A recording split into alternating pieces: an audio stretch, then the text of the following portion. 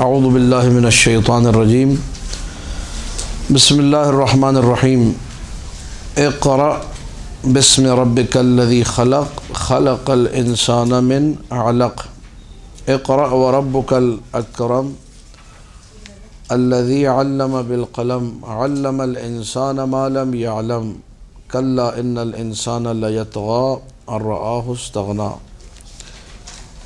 فوراً سورہ 3 کے بعد سورہ علق ہے۔ علق کا معنی کیا ہے؟ جمع ہوا خون، اسے کیا کہا جاتا ہے؟ خون کا لوتھڑا آپ کہہ لیجئے، جمع ہوا خون کہہ لیجئے۔ انسان خلق ہوا ہے من تراب، قرآن کی آیت ہے، تراب سے خلق، ثم من نطفہ، پھر مٹی سے جو نطفہ بنا، منی کا وہ ایک قطرہ یا منی کا وہ ذرہ جو رحم مادر میں جب جاتا ہے اس کے بعد وہ تبدیل ہو جاتا ہے اس خون کی شکل میں، جس خون کو علق کہا جاتا ہے۔ اللہ نے اسی علق سے انسان کو خلق کیا۔ سورہ علق پچھلے سورہ کے بالکل برعکس، پچھلے سورہ میں کیا تھا؟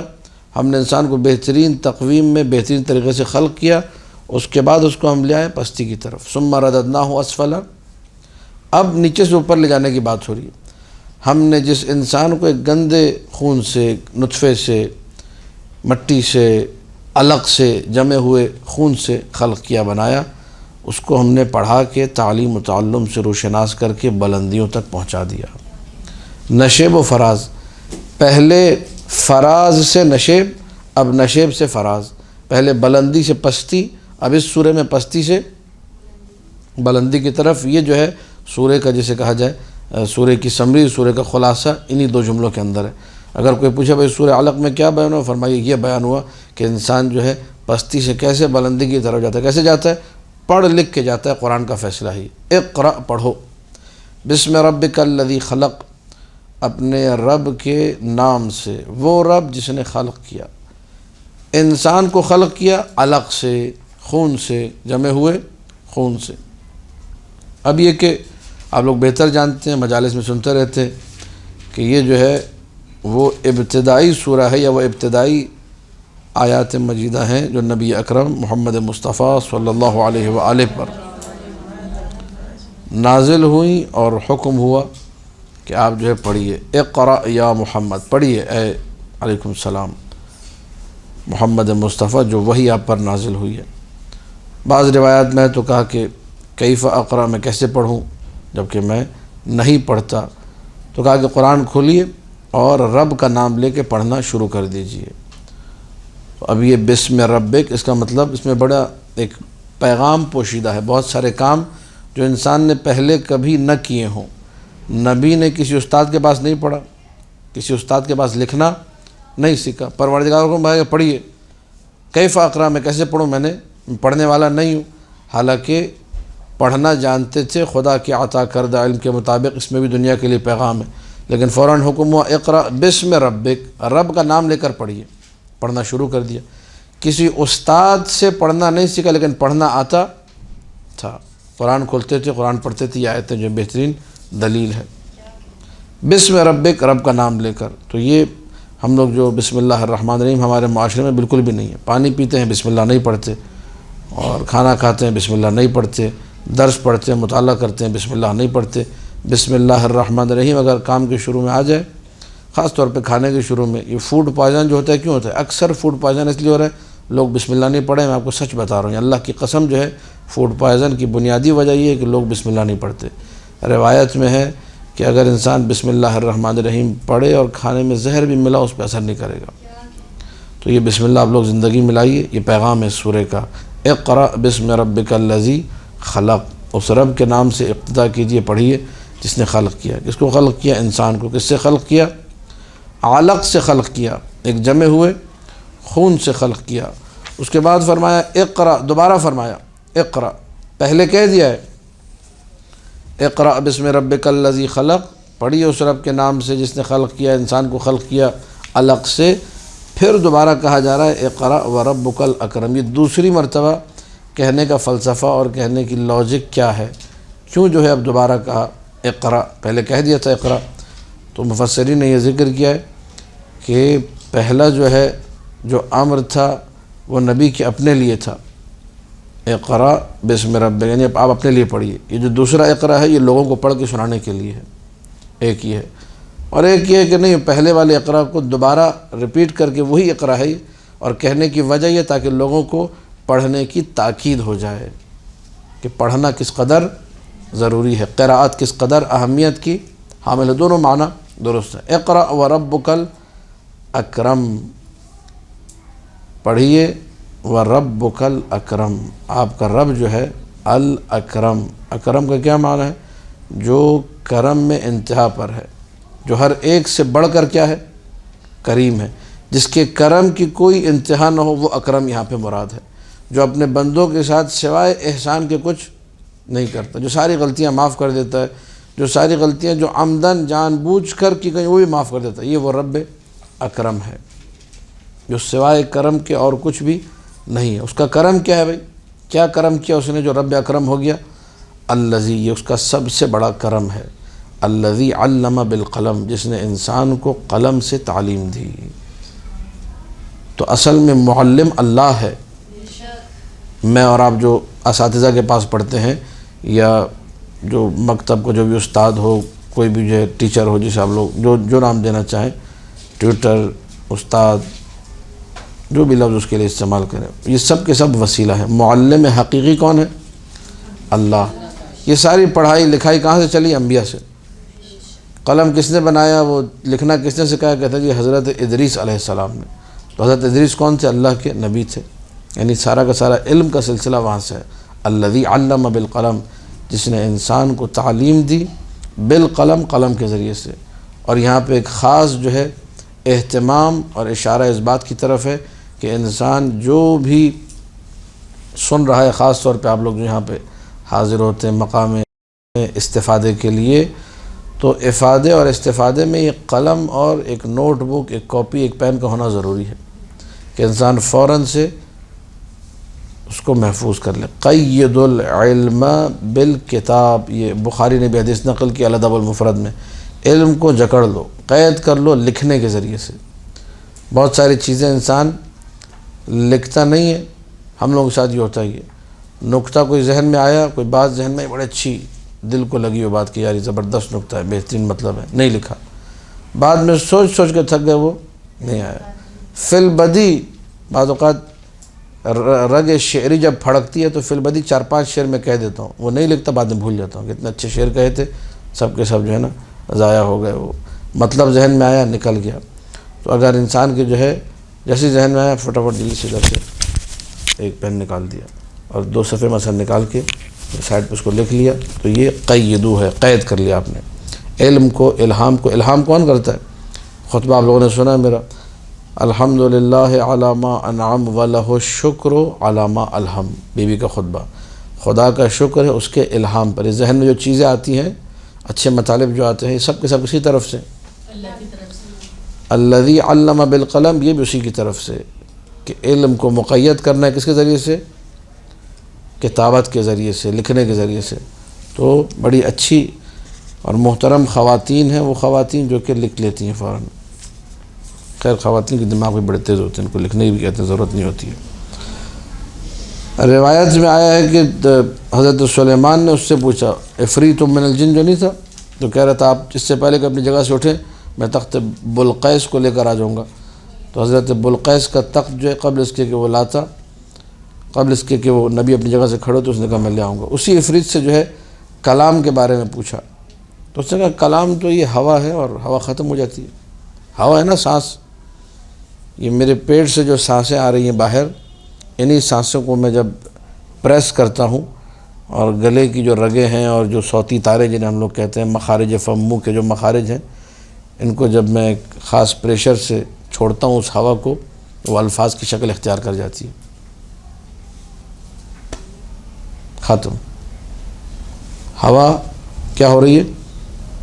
وہ فرید کو نہیں پتہ تھا، ابھی کہہ رہے ہیں سائنس نے کشف کیا کہ آوازیں پتہ نہیں ہواؤں میں کہیں موجود ہیں، وہ ریکارڈ کر کے سن سکتے ہیں۔ علامہ اقبال کی آواز نکال رہے ہیں وہ لوگ، پتہ نہیں قائد اعظم کی آوازیں نکالنے پہ لگے ہیں۔ بہرحال فرید نے کہا کہ بھئی یہ ظاہری طور پر تو ایسا ہی ہے، اگر کوئی کشف کر سکے اس مرتبے تک وہ ایک الگ چیز ہے کہ ہواؤں میں آوازیں نکال سکے، لیکن بہرحال ہوا میں آواز جا کے گم ہو جاتی ہے، ختم ہو جاتی ہے، وہ سنائی بھی کسی کو۔ قال فما قیدہ، تو اس کلام کو قید جکڑا کیسے جائے؟ قال الکتابہ، کیسے جکڑا جائے؟ کتابت کے ذریعے۔ قلم بولتا نہیں ہے، قلم سے لفظ نہیں نکلتے، اس کے باوجود قلم کا کمال یہ ہے کہ لکھی ہوئی چیز کو مشرق اور مغرب میں ہر کوئی پڑھ کے اس سے فائدہ اٹھا سکتا ہے۔ لہٰذا لکھائی جو ہے بہترین ہونی چاہیے، اور لکھائی ایسی ہو کہ خود کو بھی بعد میں سمجھ میں آئے۔ بعض اتنی گندی رائٹنگ ہوتی ہے، اللہ معاف کرے، کہتے ہیں لکھے موسیٰ اور پڑھے، نہیں یہ نہیں ہے، لکھے موسیٰ اور پڑھے خدا، یہ اردو کا مقولہ ہے۔ لکھے موسیٰ، یہ موسیٰ عیسیٰ نہیں ہے، یہ آپ لوگوں نے پتہ نہیں کس نے آپ لوگوں کو یاد کرے، اللہ اس کے گناہوں کی بخشش کرے۔ لکھے منہ فارسی میں کہتے ہیں بال کو، یہ بال، یہ کیا؟ یہ منہ ہے۔ یہ لکھے موسیٰ یعنی لکھے اتنا باریک سا کہ جب پڑھنا پڑے تو پڑھے خود یعنی خود آ کے پڑھ اس کو، بھائی کوئی نہیں پڑھ سکتا اس کو، یہ مقولہ ہے اردو کا۔ تو ایسی رائٹنگ نہیں ہونی چاہیے کہ اس سے کوئی استفادہ نہ کر سکے۔ لکھے موسیٰ، لکھے باریک سا، اور پڑھنے کے لیے اسی کو فون کرنا پڑے کہ آؤ بھائی خود آگے پڑھو، تو یہ کسی کے لیے قابل استفادہ، ایسی گندی رائٹنگ جو کسی کو سمجھ میں نہ آئے، یہ کسی کے لیے قابل استفادہ نہ رہے، بیکار رہی۔ لہذا رائٹنگ جو ہے نا اچھی ہونی چاہیے تاکہ دوسرے بھی اس سے بعد میں استفادہ کر سکیں۔ علم الانسان ما لم یعلم، اس نے انسان کو تعلیم دی، ما لم یعلم، جو وہ نہیں جانتا تھا۔ کتب کا مطالعہ کہیے، علماء سے استفادہ کہیے، انبیاء اور اولیاء کے جو علوم تھے جو انہوں نے بیان کیے، جو لکھوائے انہوں نے، یہ روایت آپ لوگ دیکھیں وسائل الشیعہ میں کافی میں موجود ہے کہ ہمارے ائمہ اپنے اصحاب کو لکھوایا کرتے تھے، اور وہ اصحاب چیک کرایا کرتے تو مولا اس پہ لکیر بھی مار دیتے کہ یہ اس کو تم نے غلط لکھا، ایسا نہیں لکھنا، اس کو ایسے لکھنا ہی ہے۔ کریکشن بھی خود امام کیا کرتے تھے، ورڈ کے اوپر لکیر کھینچ کے کہ یہ غلط لکھا، اس کو صحیح کرو۔ یہ کتابت کی طرف خاص اہمیت دی جاتی تھی کہ کتابت جو ہے انسان کی اچھی ہو، اس میں کوئی غلطی۔ آج آپ دیکھیے ماشاءاللہ یہ ریڑھی والے، یہ جوس والے، یہ سبزی والے، یہ ٹھیلے والے جو لکھتے ہیں، کتنا غلط لکھتے ہیں لوگ، کتنی غلط اردو لکھ رہے ہیں۔ خاص طور پہ ٹی وی چینل دیکھ لیجیے، RY11 لگا کے دیکھیں آپ لوگ، کتنے غلط ٹکر چل رہے ہوتے ہیں، الفاظ کچھ لکھے ہوتے ہیں، معنی ان کا کچھ سمجھ میں نہیں آتی، کون پڑھے لکھے لوگ ہیں، جاہل لوگ ہیں، کیا کر رہے ہیں لوگ، جن کو اردو بھی ڈھنگ سے لکھنا، بالکل غلط لفظ جو ہے لکھا ہوا ہے۔ کیونکہ علم الانسان ما لم یعلم اور الذی علم بالقلم، اس سے لوگ دور ہو گئے، قلم سے بھی دور ہو گئے، علم سے بھی دور ہو گئے۔ اس نے، رب نے انسان کو توجہ پیدا کس سے کیا؟ گندے خون سے، لیکن وہ اتنا کریم رب ہے کہ اس نے اس گندے خون کو یہ عظمت اور یہ مقام عطا کیا کہ اسے قلم کے ذریعے سے پڑھایا، اسے جو ہے علم عطا کیا، جو نہیں جانتا تھا اسے وہ عطا کیا۔ کلا ان الانسان لیطغی، اب پھر انسان دوبارہ پستی کی طرف آ رہا ہے، پستی سے بلندی کی طرف گیا۔ بلندی کی طرف کیسے گیا؟ حصول علم کے بعد، علم حاصل کرنے کے بعد اپنے آپ کو مزین کیا، علوم سے قابل بن گیا، فاضل بن گیا، عالم بن گیا، لیکن اس کے بعد جب قارون بنا تو پھر پستی کی طرف۔ کلا، ہرگز ایسا نہیں، ان الانسان لیطغی، یہ کلا جو ہے یہ بڑا خطرناک والا کلا ہے۔ کلا کا معنی کیا ہے؟ کلا کا معنی ہرگز، نیور۔ کلا سوف تعلمون، پہلے بھی بیان کر چکا ہوں کلا کو۔ کلا جو ہے نیور کے معنی میں آتا ہے، ہرگز نہیں۔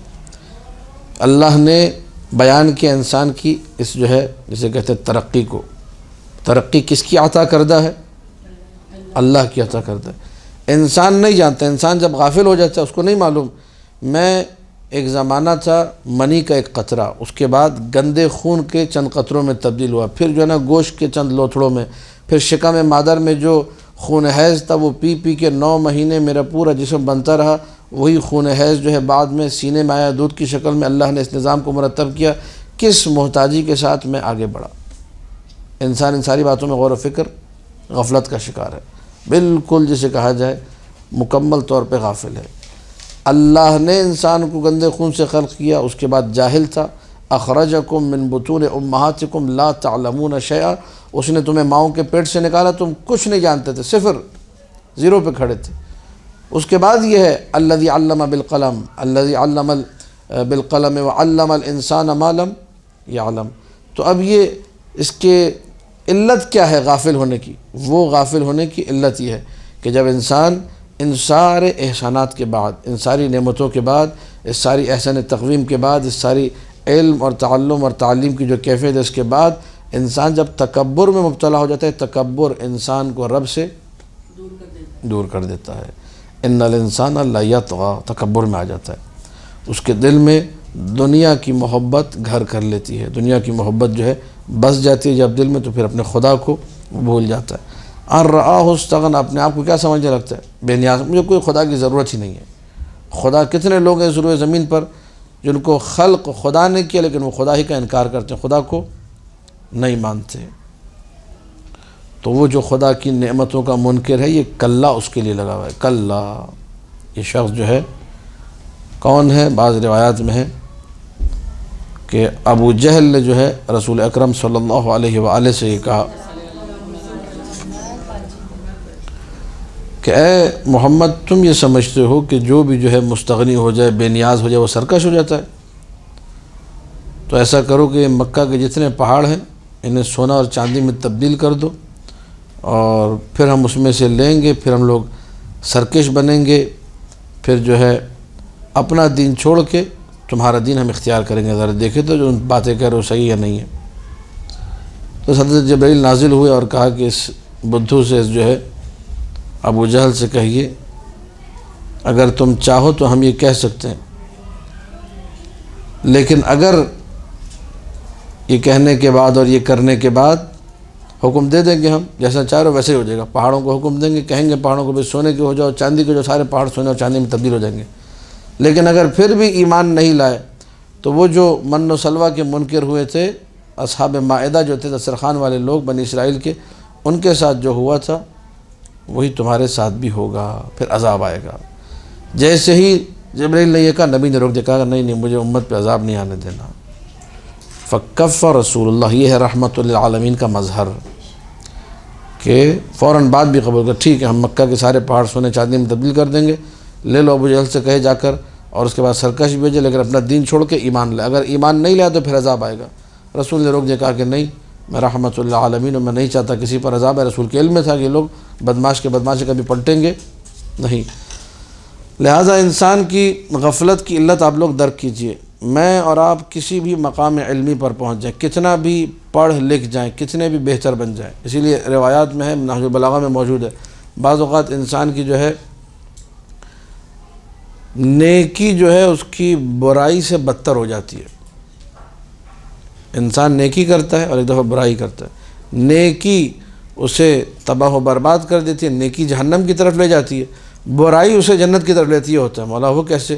کہ نیکی کرتا ہے، اپنے آپ کو فرعون وقت سمجھ رکھتا ہے، مجھ سے بہترین کوئی نہیں ہے. قارون مستجاب الدعوات تھا، دعائیں قبول ہوتی تھی، وہ نیکی اس کو جہنم کی طرف لے گئی. کیوں؟ کیونکہ اس نیکی کی وجہ سے اس کے اندر ایک بیماری پیدا ہوئی، عجب، خوش فہمی میں مبتلا ہو گیا کہ مجھ سے بہتر کوئی، میرے اندر کمال ہے. جس نے یہ سمجھا میرے اندر کمال ہے ویسے گیا کام سے. میرے اندر کوئی کمال نہیں، یہ کمال رب کا. یہ بار بار میں دہرا رہا ہوں، خلق الانسان من علق، میرے اندر کیا کمال ہے؟ گندے خون کی پیداوار. یہ ہمارے ائمہ معصومین نے بار بار کہا یہ کیا انسان ہے؟ یہ اولہ نطفہ، یہ نہج البلاغہ میں، جس کی ابتدا کیا ہے؟ نطفہ، منی کا ایک قطرہ. انتہا کیا ہے؟ آخرہ جیفہ مردار، وفی الوسط یحمل القذرہ، اور زندگی بھر پاخانہ لیے اپنے ساتھ پھرتا ہے. یہ میرے کائنات کے جملے. یعنی انسان کس بات پہ نازاں ہے، کس بات پہ اس کو غرور و تکبر ہے. انسان کو تکبر ایک لمحے کے لیے نہیں کرنا چاہیے. تکبر فقط جو ہے ذات واجب الوجود سبحانہ و تعالیٰ کے لیے لائق ہے، ورنہ میں کہاں، میرا کمال کون سا کمال بھائی؟ سارے کمال اسی سے. اقرأ وربک الاکرم الذی علم سارے کمالات اسی کے. الذی علم، اس نے پڑھایا، ورنہ کس میں جرأت تھی پڑھنے کی اگر وہ نہ پڑھاتا. خلق الانسان، وہاں کا لقد خلق الانسان پچھلے سورہ میں، فی احسن تقویم، ہم نے اس کو اتنا بہترین خلق کیا، کمال اس کا ہے. کہاں سے خلق کیا؟ کن پستیوں سے، کس عدم سے؟ خلق الانسان من علق، علق سے خلق کیا. علق بتا رہا ہے کہ انسان کتنا پست ہے. لیکن اتنے سارے احسانات کے باوجود انسان کفران نعمت پہ اتر آتا ہے. کلا ان الانسان لیطغی، انسان طغیان پہ، سرکشی پہ اتر آتا ہے.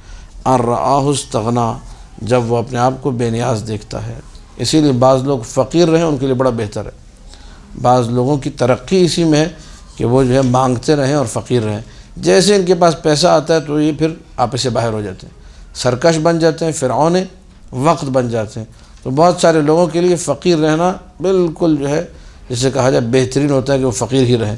جدھر وہ امیر ہوئے تو پھر معاشرے میں ان سے بڑا پھر کوئی فسادی آپ کو نظر نہیں آئے گا. معاشرے میں ان سے بڑا کوئی قارون، کوئی فرعون نظر، ادھر بے نیاز ہوا، ادھر جو ہے طغیان و سرکشی پہ اتر آیا. ان الی ربک الرجعی، اللہ یہ دھمکی دے رہا ہے اس سرکش کو، اس طاغی کو. ان الی ربک الرجعی، تم نے پلٹ کے رب کی طرف. انا للہ و انا الیہ راجعون، ہم سب اللہ کے لیے ہیں اور اللہ کی طرف پلٹ کر. ارأیت الذی ینہا، کیا تم نے دیکھا اسے، مشاہدہ کیا اس کا کہ جو نہیں کر رہا ہے، جو روک رہا ہے. کس کو روک رہا ہے؟ بندے کو. اذا صلی، یہ ہمارے معاشرے میں بھی ہم لوگ جب یہ آیتیں پڑھتے تھے کہتے تھے پتہ نہیں کون ہوگا جو نماز سے روکتا ہوگا. ابھی ہیں یہاں پر 4-5 گھوم رہے خبیث نبیس، جو لوگ جو ہیں نماز سے بھی روک رہے، نماز پڑھنے بھی نہیں دے رہے. ارأیت الذی ینہا، کسی ایسے کو دیکھا ہے جو روکتا ہے بندے کو، عبدا اذا صلی، جب وہ نماز پڑھے. نستجیر باللہ، یہ ابو جہل کا کام تھا کہ نبی اکرم کے زمانے میں لوگوں کو نماز پڑھنے سے روکتا تھا. خود اس نے نبی کو روکنا چاہا. نبی اکرم نماز پڑھ رہے ہیں، یہ عمامہ جو ہے میں نے پہلے بھی روایت نقل کی تھی، گلے میں اس کو پھندا بنا کے کھینچا اور تاکہ ہم لوگ نبی کو نماز پڑھنے نہ دیں. ٹھیک، تو یہ لوگ جو ہے اس قدر جو ہے خباثت پہ اتر آئے تھے. اشارہ ہوئی ابو جہل کی طرف سے. ارأیت ان کان علی الہدی او امر بالتقوی، اے محمد مصطفیٰ کیا آپ نے دیکھا اس شخص کو، اس طاغی کو، اس جو ہے طغیان گر، اس سرکش انسان کو، اگر یہ حق کے راستے پر ثابت ہوتا، ان کان علی الہدی، یا یہ عامر بالتقوی، امر کرنے والا ہوتا لوگوں کو تقوی کا، اچھا انسان ہوتا. ارأیت، کیا آپ نے دیکھا، یہ التفات ہے، نہیں ایک بات کو چھوڑ کے دوسری بات کی طرف جانا. ان کذب وتولی، اگر یہ تکذیب کرتا، اگر یہ جھٹلاتا، وتولی، اور پیچھے ہٹ جاتا. کذبہ یعنی ان دلائل کو، ان معجزات کو جو نبی نے سارے دکھائے اس کے باوجود جھٹلا دیا. وتولی، نماز سے پیچھے ہٹ گیا. نبی نے کہا نماز پڑھو، کہا نہیں ہم نماز نہیں پڑھیں گے، الٹا نبی کو بھی روکنے لگا. ارأیت، 3 مرتبہ کا ارأیت ارأیت ارأیت، کیا آپ نے دیکھا. پہلا ارأیت کیا تھا، آپ نے دیکھا اس نے کیسے نماز سے روکا. آپ نے دیکھا اس انسان کو، اگر یہ انسان ہدایت پہ ہوتا کتنا اچھا ہوتا، تقوی کا امر کر رہا ہوتا. آپ نے دیکھا اس نے جھٹلایا اور واپس پلٹ گیا، نماز نہیں پڑھی. یہ انسان جو کہ حق کے راستے پر نہیں، جو جھٹلا رہا ہے، جو نماز سے پیچھے ہٹ رہا ہے، جو نماز سے روک رہا ہے، یہ نہیں جانتا کہ اللہ دیکھ رہا ہے. علم یعلم، کیا اسے نہیں معلوم، بأن اللہ یرا، دیکھنے والا کون ہے. پھر یہ اشارہ ہے انسان کی غفلت کی طرف. اسے سب کچھ دکھائی دے رہا ہے لیکن اپنی زندگی میں خدا دکھائی، یہ غفلت ہے، یہ تکبر ہے.